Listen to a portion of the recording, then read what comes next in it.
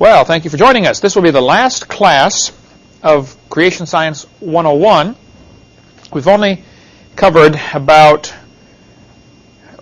1 1/2 of my videotape series, which is 15 hours long. We've covered what I normally cover in 3 hours. It's taken us almost 15 hours, or will by the end of this class, to get that far. So hopefully there's been some more information added that will be helpful and useful to you. We left off last week talking about the canopy of water that was above the earth. The Bible teaches in Genesis 1, 6, and 7 that there was a layer of water above the atmosphere. This is called the canopy theory. We've been talking about that the last few hours in here, about the time before the flood when something was different. Probably only a small fraction of the flood water was found in the canopy. Probably most of it was found underneath the crust of the earth. Maybe only 6 or 10 inches of ice or water would be above the atmosphere. It wouldn't take much more than that to filter out UV light, for instance. These glasses have a UV filter on them, and you can't even see it. I mean, it's so thin. It doesn't take much to stop UV light. And so I don't know how thick the canopy was. It's just a theory. But we do know that water will block out certain things. For instance, the sun produces lots of things besides light. It produces gamma rays, X-rays, beta rays. All those ray boys come down here, and they're pretty hard on your carcass. They will actually destroy your body. It causes a lot of damage. A canopy of water above the atmosphere would prevent that in the pre-flood world. And that things from the sun that are coming down, particularly X-rays, are very dangerous. They go right through your skin.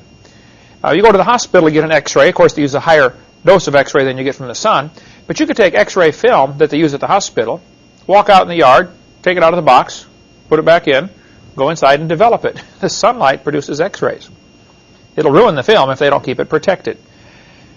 X-rays go right through your body, and they will expose what's inside. X-ray machines, basically they're sending out a blast of zillions of itty-bitty tiny bullets, real small. They go right through you and make a shadow of what's inside. Sort of like a machine gun or a shotgun, blasting you full of holes. And I tell people this is why many radiologists have a negative outlook on life, because they look at this kind of stuff all day long. But your skin especially suffers from this, X-rays from the sun. Your skin gets blasted all day long, and you have 3 basic layers to the skin, the dermis, epidermis, and subcutaneous, where the fat is stored. X-rays go blasting through your skin and blow it full of holes, and your body must fix the damage.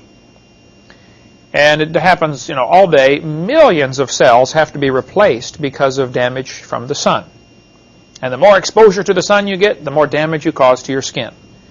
And after 50 or 60 or 70 years, your skin begins to lose the war. It can't keep up with the damage, and pretty soon everybody starts to notice you are losing the war.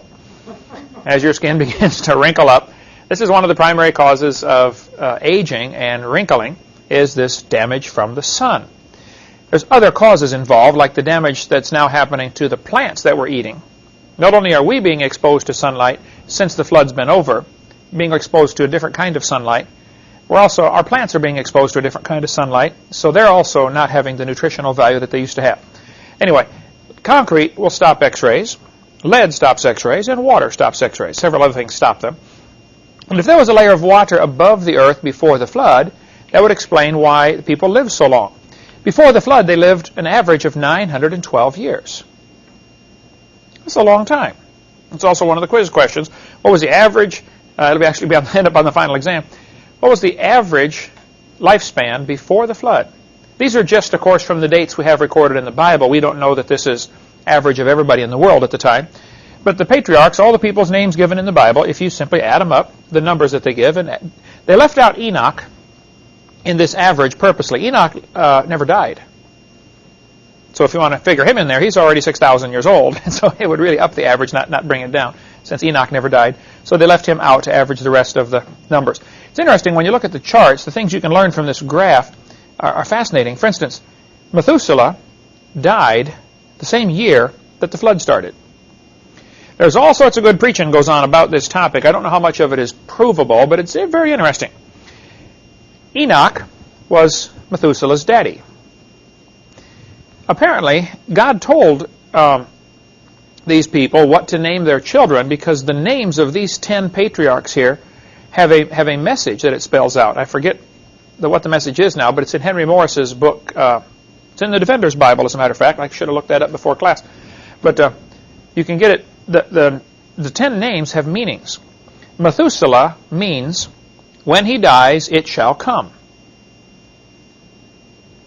Now picture yourself as Enoch. You have a baby boy named, and you don't know what to name him yet, and you and your wife are discussing, what do we name this kid? And the Lord impresses on your heart to name him Methuselah. When he dies, it shall come.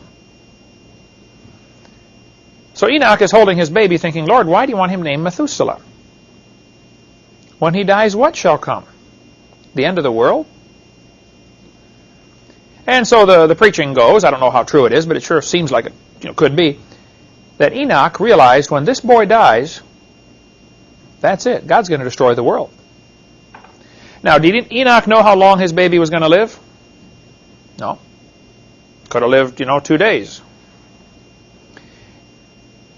So Enoch apparently got right with God and kept so close to the Lord because he didn't know when his son was going to die.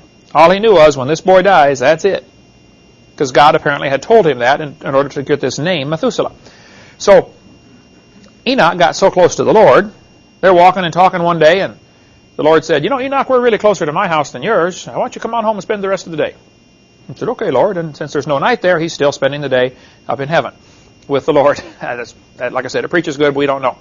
It's interesting, it shows God's mercy. Which one of the guys listed in the Bible lived the longest? Methuselah. God is long-suffering. He's not willing that any should perish. He gave him plenty of opportunity. So this really shows the mercy of God and his long-suffering. He wanted everybody saved. He kept giving them more and more chances. Methuselah lived the longest of all of them. And finally, God had to bring judgment. And I think America's in that situation. We're about to receive the judgment of God. We sure deserve it, if anybody did. Now, there are some people who go around teaching that the reason these numbers are so large before the flood. I just read an article in a book yesterday. This guy said, well, they used a lunar calendar. And the next sentence said, they counted every month as a year. So the guy was explaining why they lived to be 900 years old. He said they didn't really live to be 900. You have to divide their age by 12. Well, there are some real problems with that, because Enoch was 65 when he begat Methuselah. 2 of these guys were 65 when their son was born. And see, divided by 12, he's 5.5 when he becomes a daddy. I don't think so, okay? That would be an even bigger miracle than having him live to be 900. So it just simply is crazy to say that this is anything other than really living to be 900 years old. They really were. Probably the reason they were, several reasons. Number one, they would have a pure gene pool. No defective chromosomes. Today, the average person has about 4,000 defective genes. A gene, in case you don't know, is if you took a ladder, an extension ladder from here to Chicago, about 900 miles, and you had somebody stand on the other end while you started twisting it here. You twisted and twisted and twisted and twisted. By the time it gets all twisted up from here to Chicago, what are those things they sell at Taco Bell? The cinnamon twisters, okay? Sort of like that, all twisted up. That would be roughly what a chromosome looks like. Each cell in your body has 46 of those little chromosomes.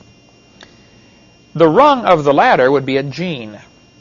So the illustration people use is a twisted ladder. Pretty tough to draw 2D, what a 3D ladder would look like twisted. But each of these things across here is a rung of the ladder. Each of those is called a gene. The whole thing is called a chromosome, or a DNA strand, deoxyribonucleic acid. The same thing as a chromosome, deoxyribonucleic acid. And this thing right across here is one gene, G-E-N-E. Now, when you get regenerated in Christ, you're being regened. Totally new person. New genes.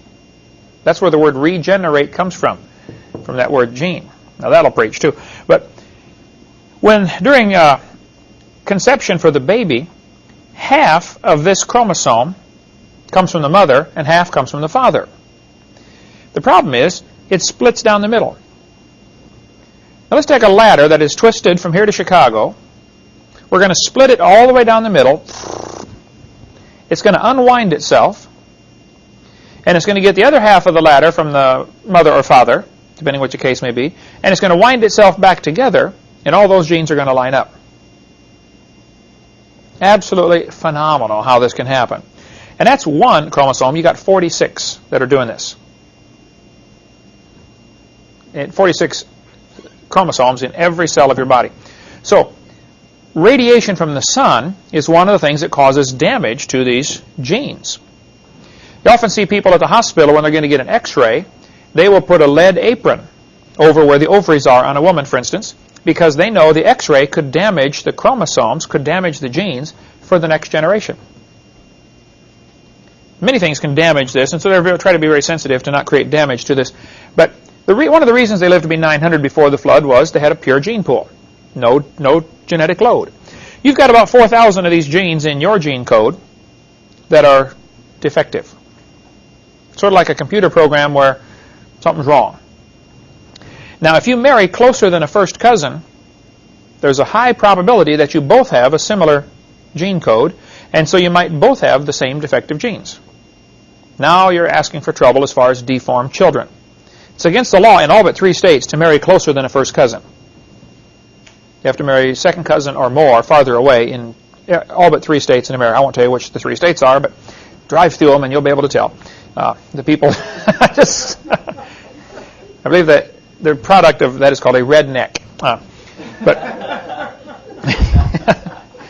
anyway, the people were living long before the flood. They had no defective chromosomes in the original creation, number one. Number two, they had a canopy of water to protect them, to filter out the radiation from the sun. Number three, they're eating a perfect diet. They're also eating food that has been unaffected by any of this harmful stuff. Plus, they're eating food grown in soil that is not depleted at all. Mineral-rich soil. I cannot believe what's happened to me in the last 3 weeks since I started drinking the mineral water. I've been taking vitamins for years. Okay, good vitamins, Shaklee vitamins. And I still have had trouble. I felt like I was getting arthritis in my left hip and my left knee. I've just been having trouble. And it just hurts, when I move it sometime. And a chiropractor friend of mine said, "Are you taking minerals?" I said, "Well, I guess not. I take all sorts of vitamins." He said, "Oh, well, your body can't absorb vitamins very well unless you also have these minerals." And so I started drinking this couple ounces of this mineral stuff. To describe it as tasting like weak tea would be an exaggeration. It doesn't taste real good. Not real bad, but it's just, it's all right. Anyway, I drink it every day. And all I can say is I feel so much better. It is really helping. And I'm not selling the stuff. I'm not trying to sell it. I'm just saying it works. I think in the original creation, they had perfect food supply, perfect atmosphere to breathe, no genetic load. They had probably several reasons why they were living to be 900 years old. And they really were. Plus, they were probably getting bigger. The largest man, or tallest man in this century, that we know of anyway, was Robert Wadlow, who died in 1940. He was 5'6" when he was 5 years old. When he was 12, he was the world's tallest Boy Scout at 7'4". He finally, when he was 22 years of age, started getting trouble with his knees from his growing so fast. He grew to be 8'11", almost 9 feet tall. And he had trouble with his knees, and so they made special leg braces for him. And one of the braces rubbed a sore on his ankle, and he got gangrene in the sore and died at age 22. He had a size 37 shoe. There's a life-size statue of him in Alton, Illinois, where he lived, just by St. Louis. There's me standing next to it. Now, I can stand flat-footed and touch an 8-foot ceiling. I could not touch his chin. There's Robert next to his brother and his dad. He was a big boy. He weighed 500 pounds. He doesn't look very fat, does he? He's a big fella. I think before the flood, they were bigger than that.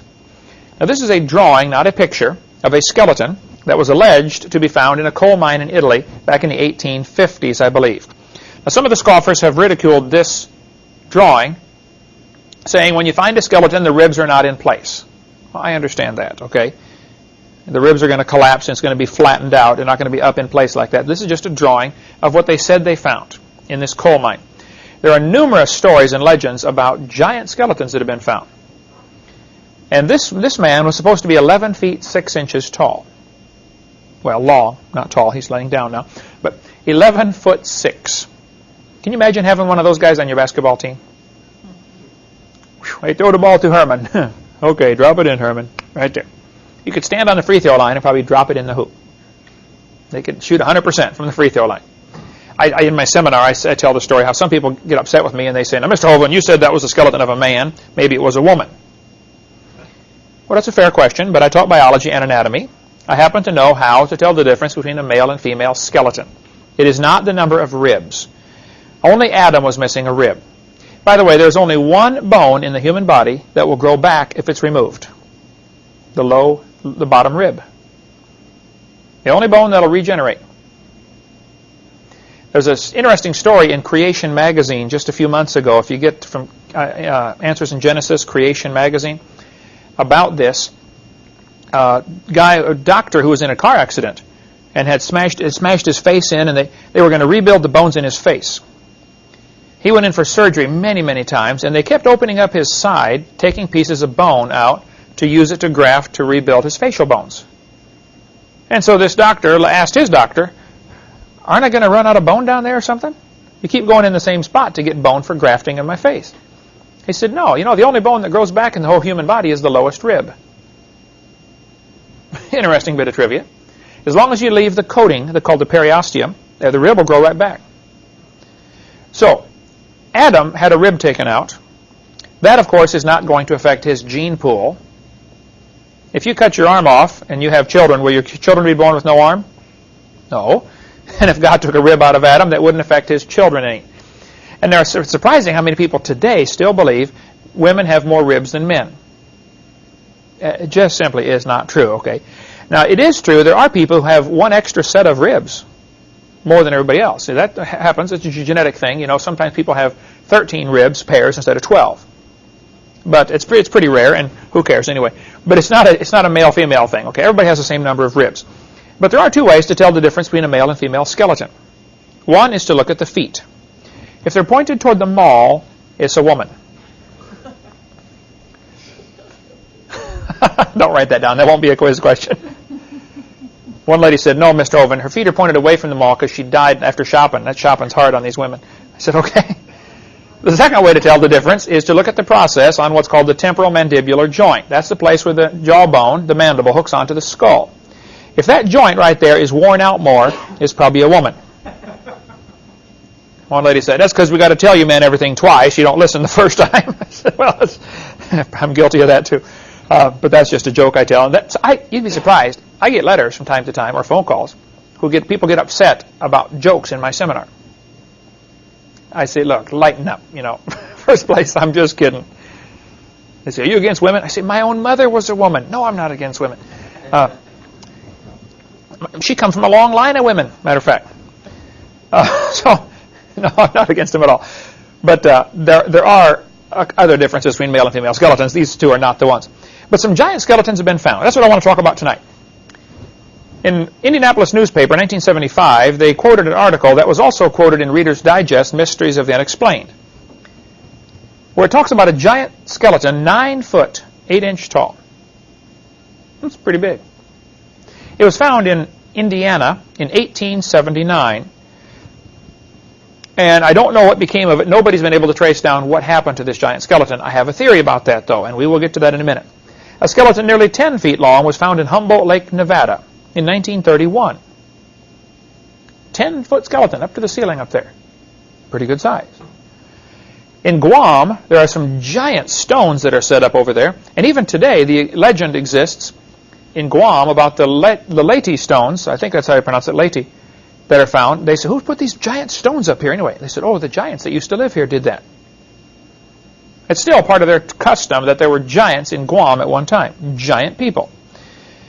In Walkertown, Indiana, which is up near South Bend, a group of amateur archaeologists opened a mound in 1925 and unearthed the skeletons of 8 giants ranging from 8 to 9 feet long, all wearing heavy copper armor.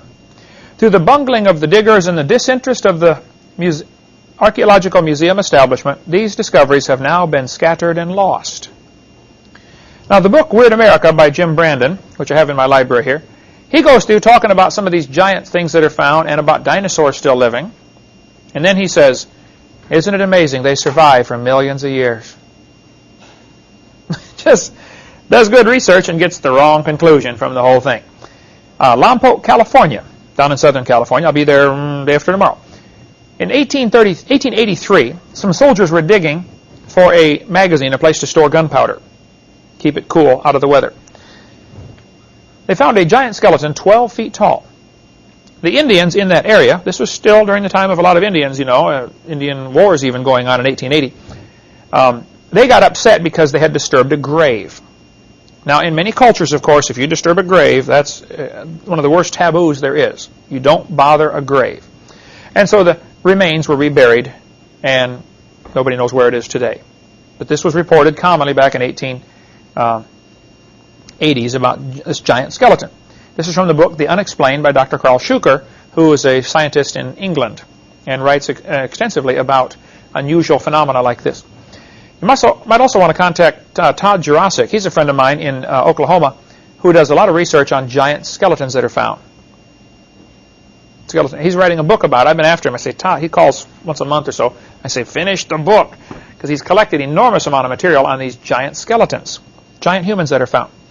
A skeleton 12 feet tall was reported in Tucson, Arizona in 1891. The man had 6 toes, long hair, and a bird-shaped headdress. Where else do you read about 6 toes in the Bible? Who knows? Who had six fingers and 6 toes? Anybody know? Goliath's brother, or cousin or uncle or whatever he was, had 6 toes and 6 fingers. Often, though not always, 6 toes is one of the first 6 toes or 6 fingers is one of the first symptoms of close inbreeding. First cousin marriage, man marries his aunt or his niece. Not always, but often this is the case. The girl that I told you about that rode our bus in Illinois had sickle cell anemia. Her mother and father were brother and sister. The 9-year-old raped his 8-year-old sister, and she got pregnant and had a child, and that little child rode our bus. Great, great girl. She died at 13 of sickle cell anemia, but she had 6 fingers on each hand. This is not always the case, but it is one of the symptoms that sometimes shows up with extra digits. This happens with cats all the time. Cats often marry back to their own family. How many have ever seen a cat with 6 or 7 toes? Ever seen that? I saw one with 9 at one time. Cats had toes sticking out every place. Cats are schizo anyway, but this one was extra schizo. Something was wrong. Something was wrong with that cat. That was a redneck cat. But I've got several books in my library if you want to read more about this. These giants that are found. Here's the references at the bottom. There's a whole series of books by David Hatcher Childress. You might want to write that phone number down and get a hold of them. That's the one where this article comes from. If you want to we'll get into this in a second. But 815, this is south of Chicago, Kankakee area, 815-253-9000. And they do research on, it's called World Explorer Magazine. Now, they're not Christians necessarily, but they just do incredible research on strange things that are found around the world that nobody wants to talk about because they don't fit what's called the paradigm, the way you're supposed to believe. But they go and visit these places and do research on it. It's really, really good stuff. They've got a book called Far Out Adventures. I'll bring that after the break. I've got it here. Heidi, once you cut the pages out, I handed it to somebody to bring out here tonight, and it didn't make it, so it must be still on my desk. But that's put out by these folks about some of these giant skeletons and other strange things. They get into all sorts of things, UFOs and a variety of things like that. There's a website which you can get about this topic, geocities.com, which is a web host for all sorts of things. But geocities.com/thetropics/lagoon/1345/giants has information about some of the giant skeletons. This article we passed out here from Far Out Adventures magazine is one of the back issues about what the Smithsonian has done for hiding information about these giants. When a giant skeleton is found, the Smithsonian often will come to investigate, and they'll say, oh, this is interesting. We'll take this back and study it. And they take it back, and you never hear from it again. It's reported in here, I got several things in here, that an entire barge full of artifacts was taken out in the ocean and dumped from the Smithsonian. The Smithsonian, some of the directors seem to have an agenda. They want to make sure everybody believes in evolution. Now, I think there's a bigger picture. If we can step back and look at the whole thing. Satan wants to control this world. The Bible teaches God made the world. Now, if you get a bunch of people together who believe God made the world, they believe they have rights that came from God. Those people don't make good slaves. Eventually, they will throw the tea in the harbor and rebel against the king, right? Like our founding fathers did, because they had a philosophy. They said, we hold these truths to be self-evident. All men are created equal.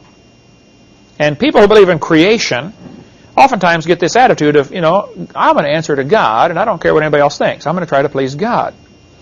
Now, if somebody wants a one-world government or a new world order, they can't have people believing they have rights that come from God.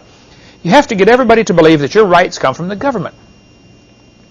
And so evolution is a foundation philosophy for communism, socialism, Marxism, Nazism.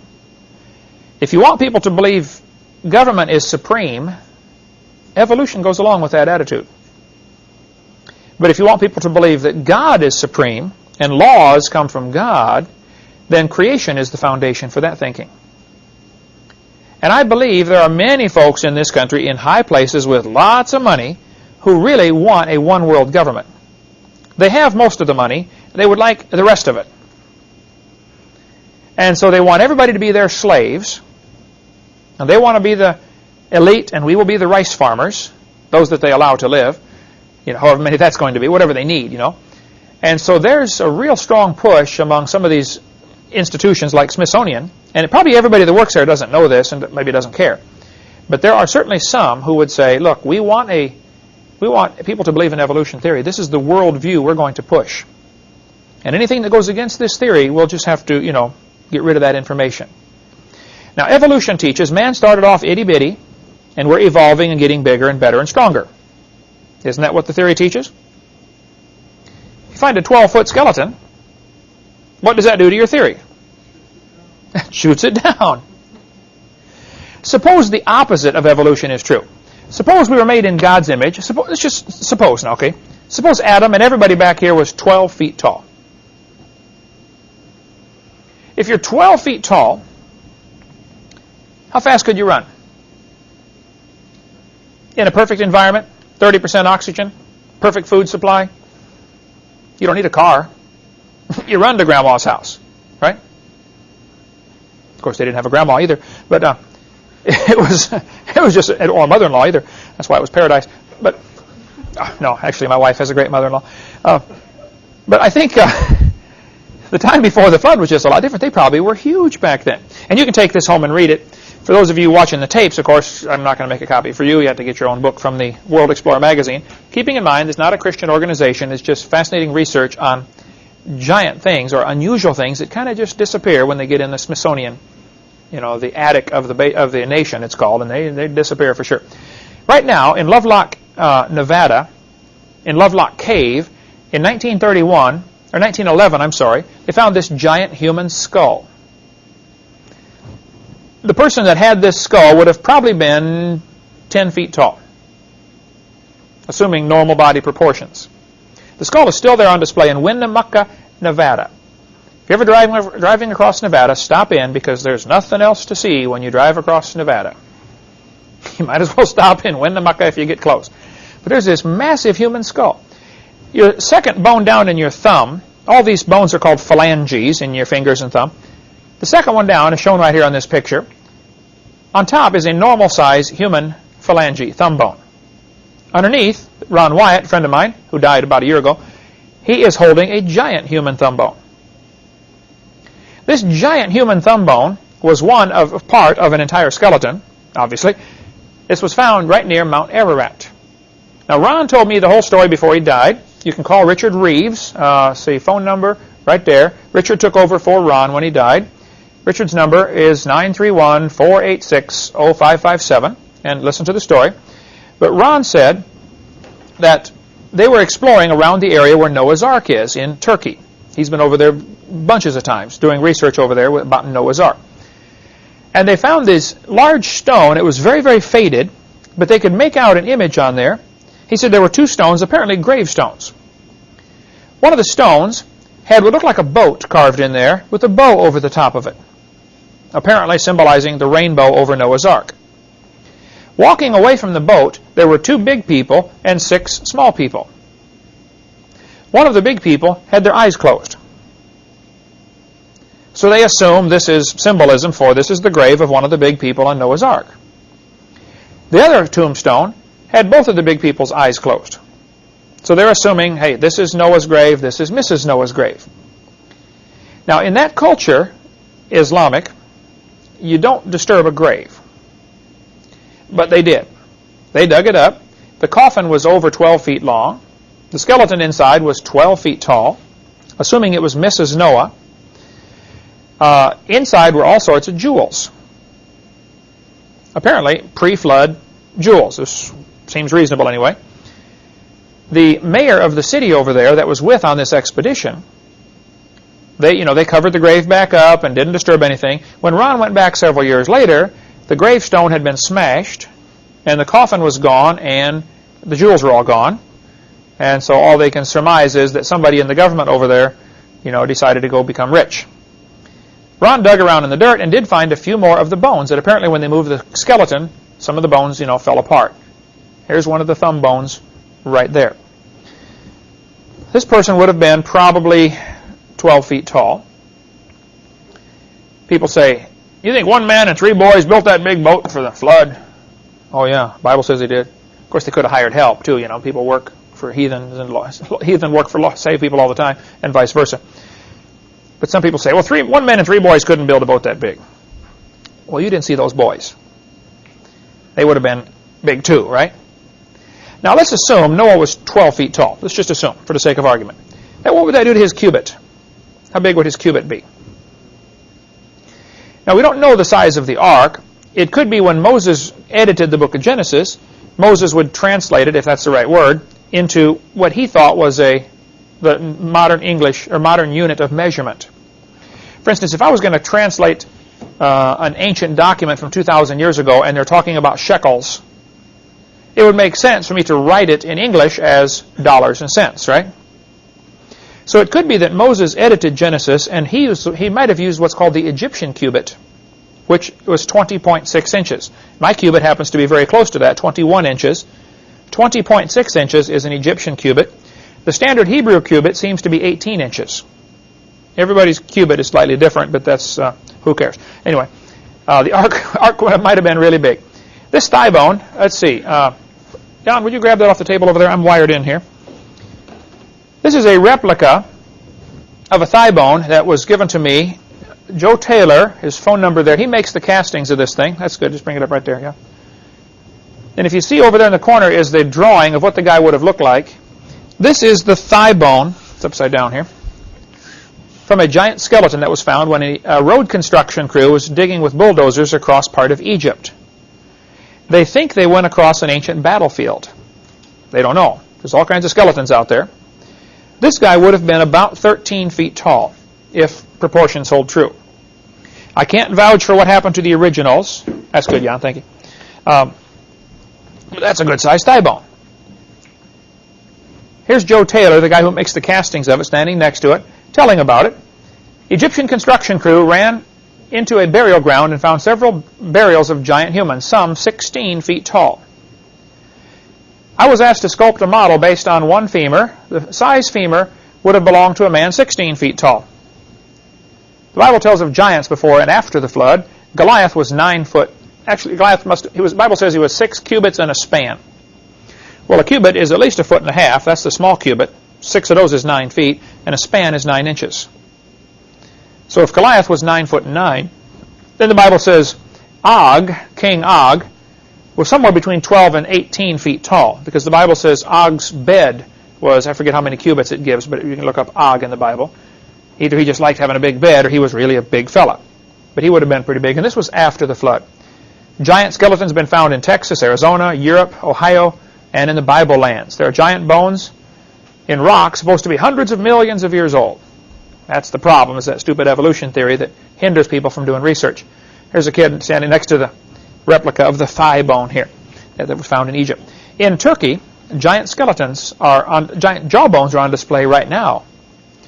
Ron said they wouldn't let him open the case to take the jawbones out and look at them because they don't want people handling these things.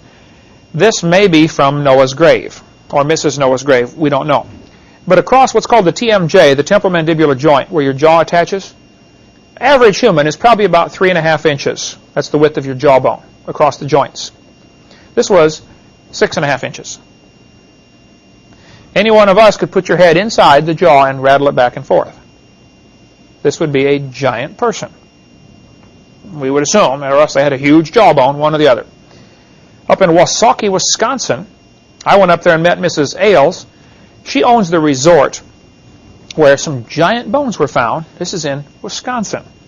We'll talk about that right after the break when we get back. Talk about some more of the giants that are found. Let's take a few-minute break here. Let's finish up talking about some of the giants that are found from apparently pre-flood times and probably shortly after the flood. I was up in Wisconsin. I heard about this article in the newspaper back in 1904 of a giant, several giant skeletons that were found inside an Indian burial mound. So I was driving right past Wasaukie, Wisconsin one day last year, and so I decided to stop and see, chase it down, see what I could do. It's been 1904. It's been, nearly 100 years. But I found the place where these Indian mounds were. They're now underwater. You can just see the tops of them sticking out above the water. They built a dam and filled this valley in with for it's a lake. The person that owns the property where this was Mrs. Ailes. Now, she is 94 years old. So she was born just a couple years after this was found by her father, I believe, is the one who found these giant skeletons. Here's what the newspaper article says. Near the outlet of Lake Nockabee, which is where Mrs. Ailes' resort is now, in northeast Wisconsin, mounds were found containing hundreds of skeletons. One skull was about 3 times the size of the ordinary human, and other bones were correspondingly big. Now, this is an article from 1904. So I stopped, found Mrs. Ailes. She's 94 years old, still runs her own resort there. People rent cabins, to go fishing on the lake. I said, Mrs. Ailes, what's the story about these giant bones found on your property? She said, oh, come with me, I'll show you. We went out in the front yard, the lakeside. She said, you see that little island right there? I said, yep. She said, that's the top of an Indian mound, apparently Indian. It's the top of a mound anyway. That's where the bones were found. I said, what happened to them? She said, my dad gave it to a doctor, gave the giant skull to a doctor, and his widow is still alive.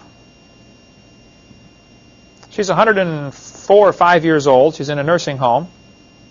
Apparently the dad kept this giant skull for a while because she said she had seen it, this giant human skull. And then I don't know how many years later it was, he gave it to this doctor. And she said, I don't know what his widow's done with it. She's in the nursing home. I'll ask her next time I see her. 104 years old.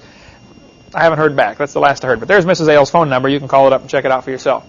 But this was a story reported from here up in Wisconsin about giant human skeletons were found. The Bible says there were giants in the earth in those days. Now, what factors would cause them to grow to be 10 or 12 or 14 feet tall, I don't know. But I know a lot of the footprints that are found in rock, the human footprints like the ones in Glen Rose, Texas, that are found with dinosaur tracks, the footprints are huge, 16 inches long. Some of them 24 inches long. Shaquille O'Neal is a pretty good-sized basketball player. His shoe is a size 22, so it would be, about yay long. Mine is a size 10.5. I'm 6'1", size 10.5 shoe. Shaquille is a size 22. I've met people that have size 18 shoes. I'll show you some pictures of those in the next class when we get to that point about the giant human skeletons. We'll get a little more into the giant insects and giant animals that are found. But the time before the flood is probably the time when these giants lived. The Bible teaches us that we are made in God's image. It's pretty clear. Genesis chapter 1, God said, I'm going to make man in my image. Now, there's all sorts of arguments about what does this mean. Does this mean God has a body like we do? No, that's not what that means. The Bible teaches very clearly that God is a spirit, and they that worship him must worship him in spirit and in truth. John chapter 4. So this is probably a moral likeness. We have a consciousness of right and wrong. I was on a radio, 2 radio programs this afternoon just before class, and one of the things that comes up is, if evolution is true, how do you determine right from wrong? Where's the standard? If we were going to build this room, and I got all you guys and said, okay, I want you to help me build this room, and I gave everybody a ruler, but all of them were different standards.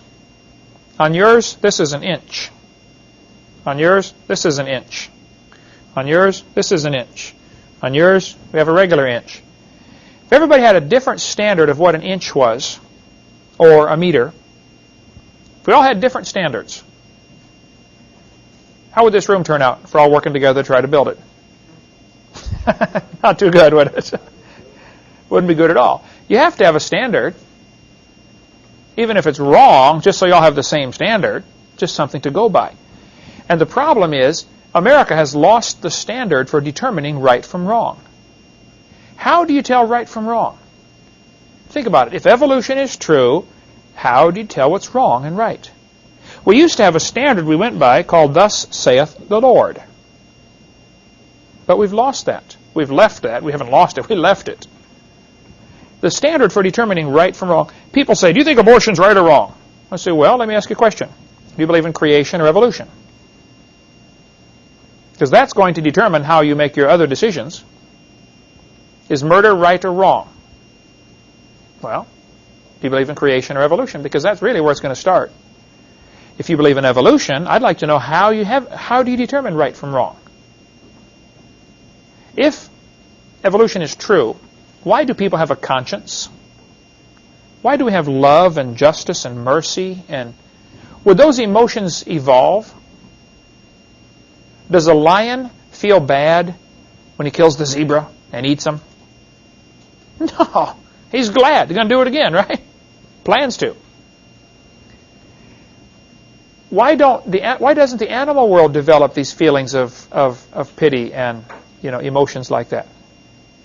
If evolution is true, if evolution is really true, then no humans should be alive today that have feelings of love and justice and mercy and pity. They shouldn't have survived. That should have been weeded out a long time ago. So this verse about being made in the image of God, I think is talking about a moral likeness. There's whole sermons, there's whole books just on this, what does this verse mean about the image of God. But here, the Bible teaches we're made in God's image, and the textbooks teach the kids, this is Grandpa. Right? How many of you learned about cavemen when you were in school, about us coming from an ape-like creature of some kind? So what about these cavemen? The kids are taught this in school. They're taught we came from an ape-like ancestor. Is it possible for an ape to turn to a human?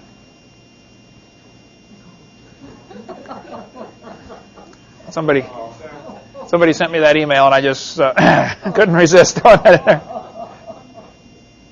Let's talk just briefly about the cavemen. There's so much more that needs to go into this topic. Their whole course is going to be taught just on this.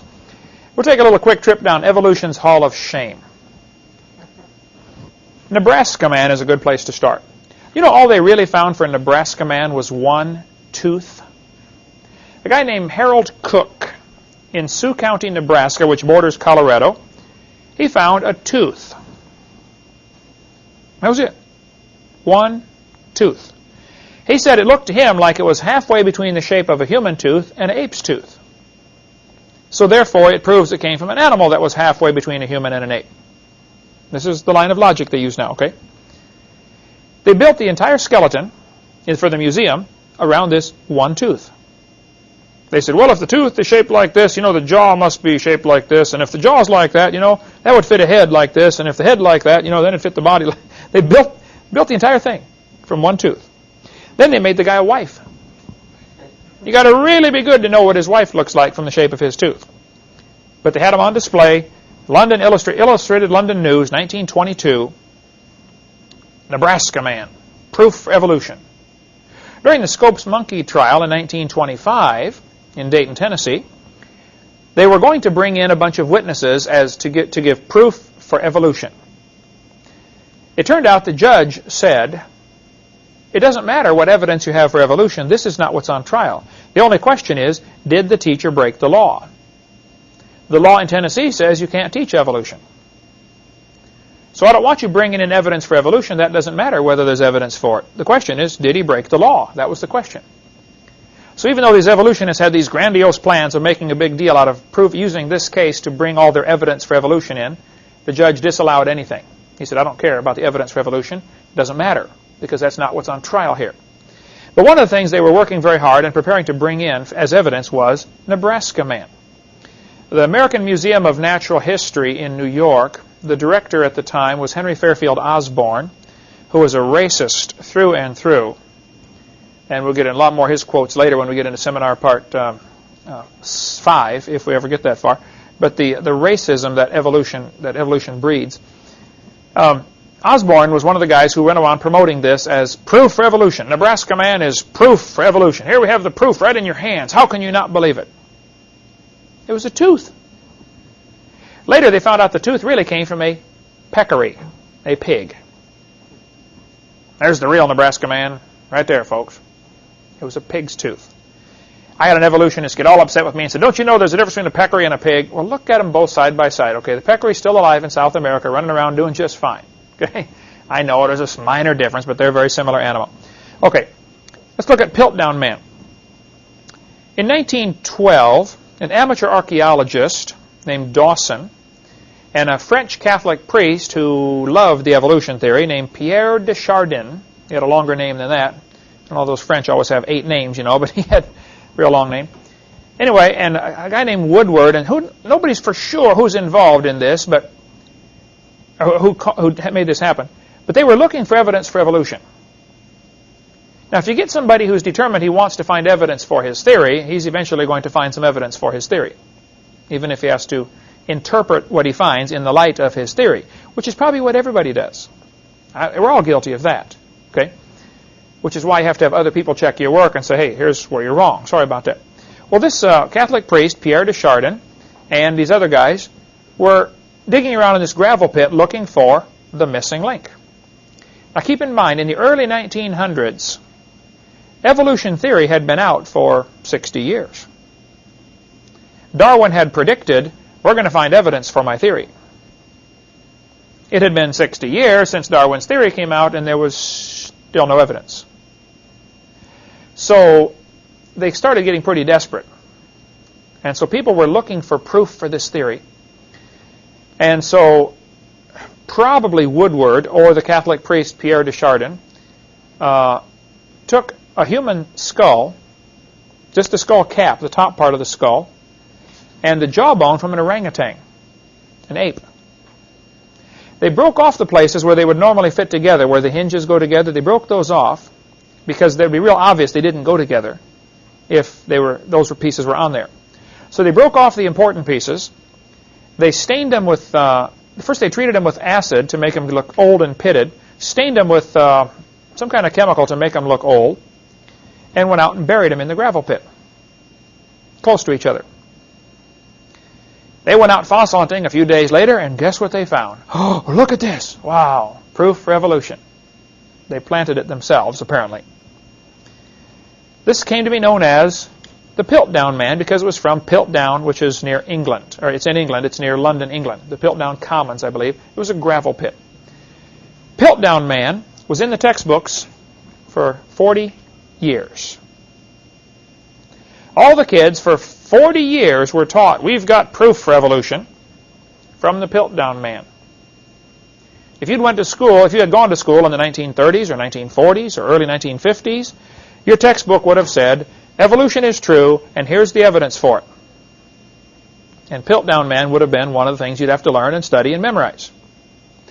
1953, it was exposed as a fraud. See, here's the problem. When they get these cavemen, somebody will find the bones. They will reassemble it what they think it looked like, because the bones are usually pretty broken up. I believe, for instance, Lucy, the skull of Lucy had 200 pieces. Talk about a jigsaw puzzle. First place, you're not even sure you have all the pieces. Try to put together a puzzle like that. But they put together the Piltdown hoax. It was a deliberate fraud. Broke off the important pieces so they wouldn't discover the fraud. Then they made castings of those pieces, make a replica. Now, the replicas go out to museums all over the world. The real bones are kept locked in a vault where nobody can even look at them. Probably none of you in this room have ever met anybody who has seen the original bones. They lock them up like they're more important than gold in Fort Knox. Of course, there's no gold in Fort Knox anymore either. That's another long story. But the replicas went all over the place. Replicas of Piltdown Man. Everybody studied these replicas and said, wow, you're right, There were 500 papers. I used to say there were 500 doctoral dissertations. That's not quite correct. There were 500 research papers, some just for master's degrees or other papers, that were written about the Piltdown fossils. People studied the replicas and said, yep, this goes together. This is proof for evolution. And wrote a paper, and that paper gets published someplace, and therefore now they can say, look, there's 500 articles published about this. It has to be true. Well, somebody got the brilliant idea to go study the original fossils. Wow, what a novel idea. Looking at them under the microscope, they discovered the teeth had been filed down. There were file marks on the teeth. The more they studied the originals, the more they realized these don't even go together. Then in the early 50s, they developed another kind of test to test bones. I think it's fluoride something. Bones absorb fluoride out of the ground. I could look up the name of the test.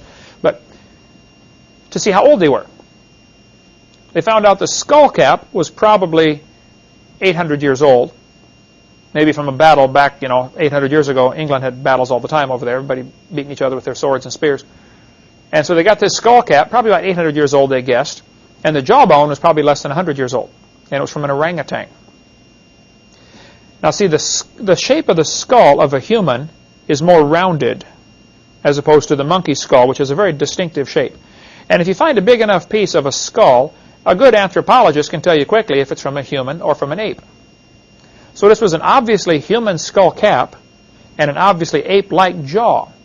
See, the human jaw is rounded, whereas ape's jaws is more pointed, kind of like St. Louis arch or a parabola. And so one of the things they go by for determining, this is the shape roughly of a human lower jaw. Your teeth will line up, in this configuration, whereas an ape's is more elongated, like that. And this was obviously an ape-like jaw, but obviously human skull. And so they said, wow, this is evolution. And this is where they got the idea that probably the brain evolved into human first before speech evolved. Oh, this is proof, all right. What more could you ask for?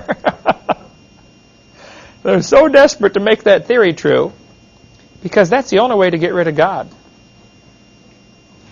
Well, it turned out to be a fraud. This article here from Reader's Digest 1956 explained more about this Piltdown hoax, if you want to get that article. I went to quite a few libraries looking for this article. I found many libraries that have Reader's Digest that go all the way back, long ways. I forget how many exactly, but quite a few of the libraries I went to, when I got the October 56 Reader's Digest issue down, opened it up, those pages had been cut out. They were gone. Interesting. Now, I don't know if it's a conspiracy or what, but they were gone, I can tell you that. Finally, somebody sent me an original 1956 Reader's Digest, which I have in my library here. It's the article about the Piltdown hoax. But I suspect, of course, if somebody wants evolution to be believed, then you don't want evidence against it out there. So there are probably some people who don't like this at all. Neanderthal man is one more that's in the textbooks. He's still in there today. Neanderthal, the name comes from the Neander Valley, named after some guy named, I believe it was Joseph Neander. There's a famous song that we have in our songbooks. I should have looked that up. Somebody can find that and write to me. I'll add it to my next time I teach this class. But Neander Valley was named after this Christian in Germany who loved the Lord and wrote a beautiful song that's in our songbooks today. If you look in your songbooks and you see the name Neander, Jacob or Johann Neander, maybe it was. I don't know. It's a German name, I believe. But this valley is named after him. In this valley, they found some bones of a human. The back was bent over. So they said, oh, look, his back's bent over. Now, of course, most people know that humans walk on 2 legs and apes walk on 4. Because of the way they walk, the way their skeleton is positioned normally, this makes a great difference in their backbones. The vertebrae in your back, for instance, in between every vertebrae, there's a cartilage pad, a disc, okay? Because your backbone is under pressure this way most of the time, each of the bones is dished out to keep that pad in the center. If an animal normally walks with what's called a horizontal backbone, like an elephant or a dog, their backbone is this direction. There, you'll find the facets of the parts where their backbones come together is flat. I have, for instance, some mammoth vertebrae and some whale vertebrae. Now, both of those would have a horizontal backbone, and the vertebrae are flat on the places where they come together because they're not under compression this way. They're under strain this way from the flexing. Who cares? Apes walk on four legs. This changes two things. This changes the configuration of their backbone. It also changes the place where the nerve from the backbone enters the head. If you're walking upright, your head is perpendicular to your backbone. So the hole going into your skull is in a different position than an ape or a dog or most any other animal that walks on four legs. The hole where the brain stem goes in is farther back, the position of this hole into the head. And so they can tell by the shape, by the position of the hole into the head, roughly how the person's head was attached. Now, I've seen some people that their normal standing position is with their head way out here. Right? Not kyphosis. Yeah, kyphosis. Head drifted forward like that. So I'm sure even among people, there's a great range of where the hole is going into your skull. But Neanderthal man was listed as a missing link because the back was curved over. Well, they found out about 50 years ago it's because he had arthritis.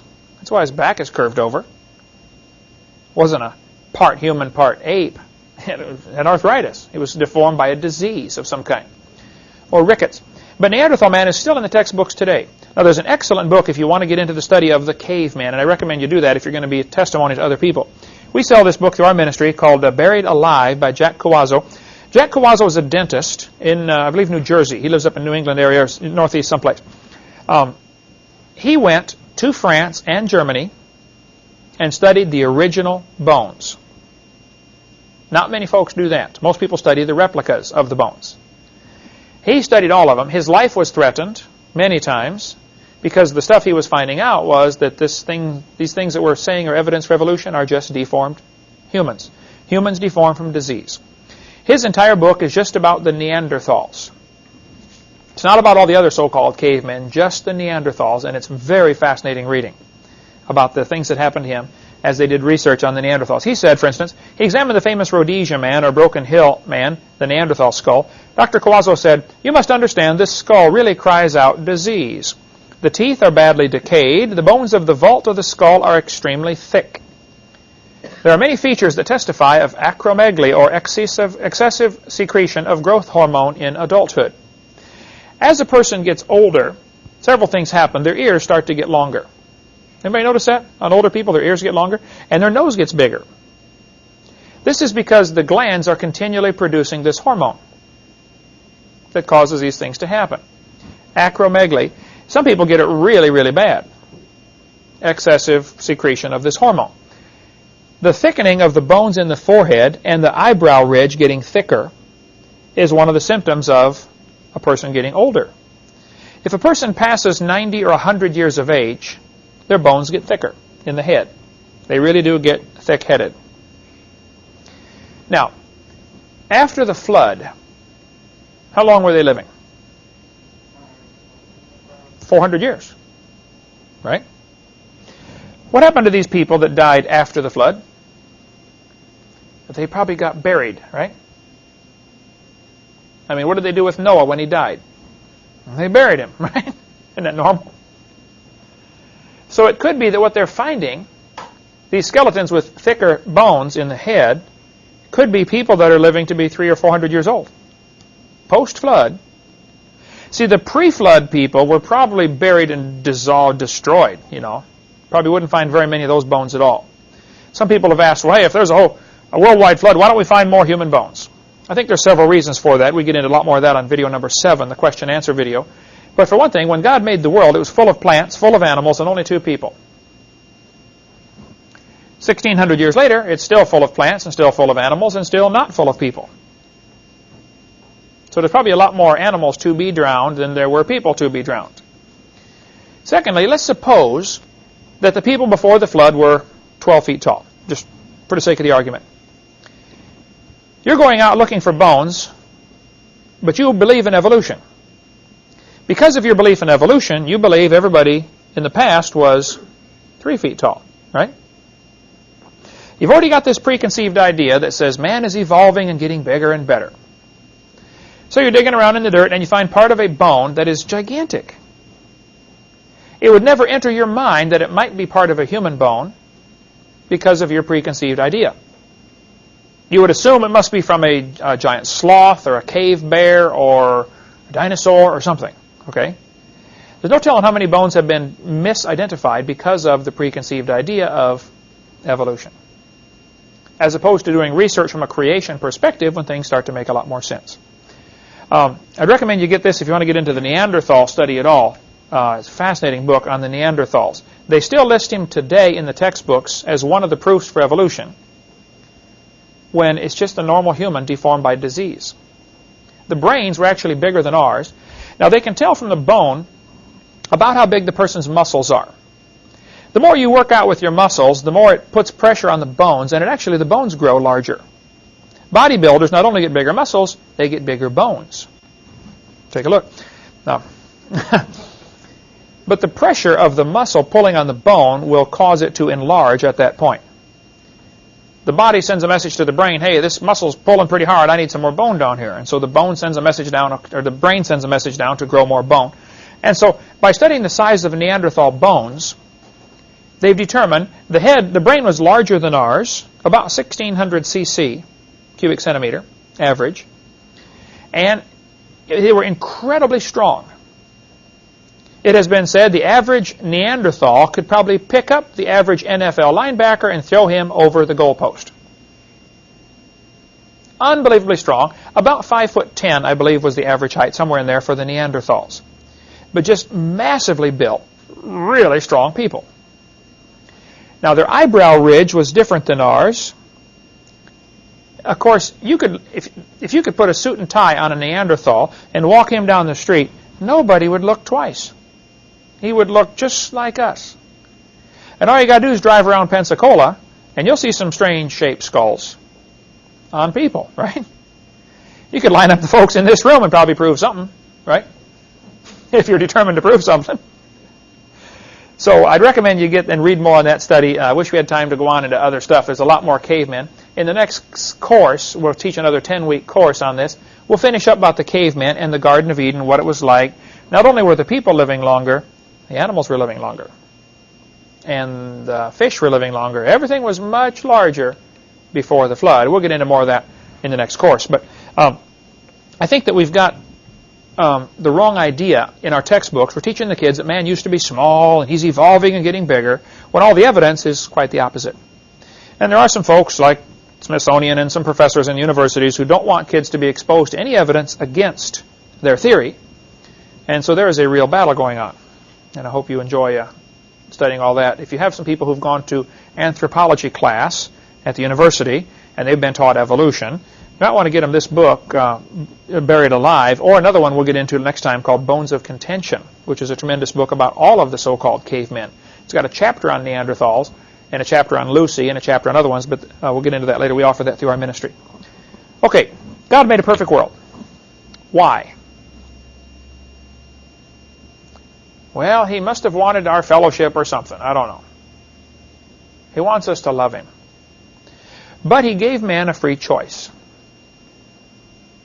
He had to do that, I think. Of course, God doesn't have to do anything, but I believe he did that because he could have made us robots, right?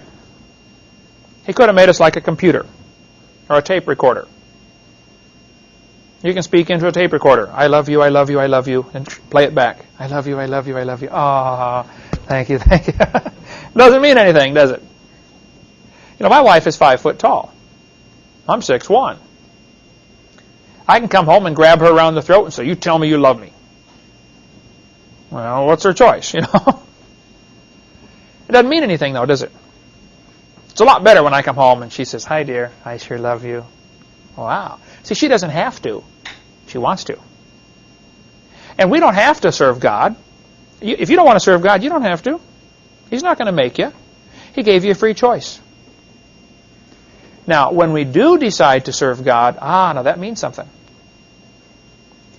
So if he would have just said, "Everybody serve God," well, okay, he could have done that, programmed us. But I think it was wise for him to give us that freedom of choice. And they chose the wrong thing. They chose to disobey.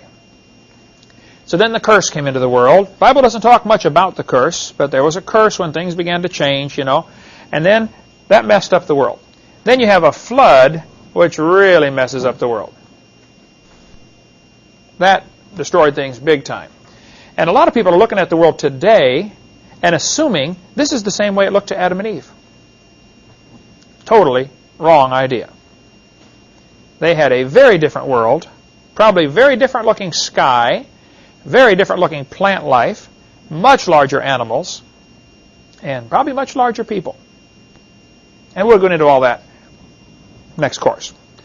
God made the world, man wrecked it, but in his mercy and his love, God decided to come down in the form of a man and die on the cross to pay for our sins. And 2,000 years ago, Jesus was born and grew up, lived a perfect life, died on the cross to pay for my sins and yours. And if you'll accept that payment that he made, your sins can be forgiven. You can be regened. You can be made a new person, regenerated. So 1969, February 9th, I said, "Lord, I'm a sinner. I'd like you to forgive me and save me." And he made a brand new person. The problem is, he left the old person there too. So there are now two Kent Hovinds that live in this body. There's the one that wants to do everything wrong, and there's the one that wants to do everything right. And they fight all the time.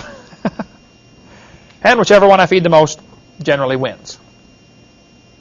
That's a decision you'll have to make too. First, you got to make sure you got the Lord in your heart. If you're not saved, you ought to give your heart to Jesus and get saved.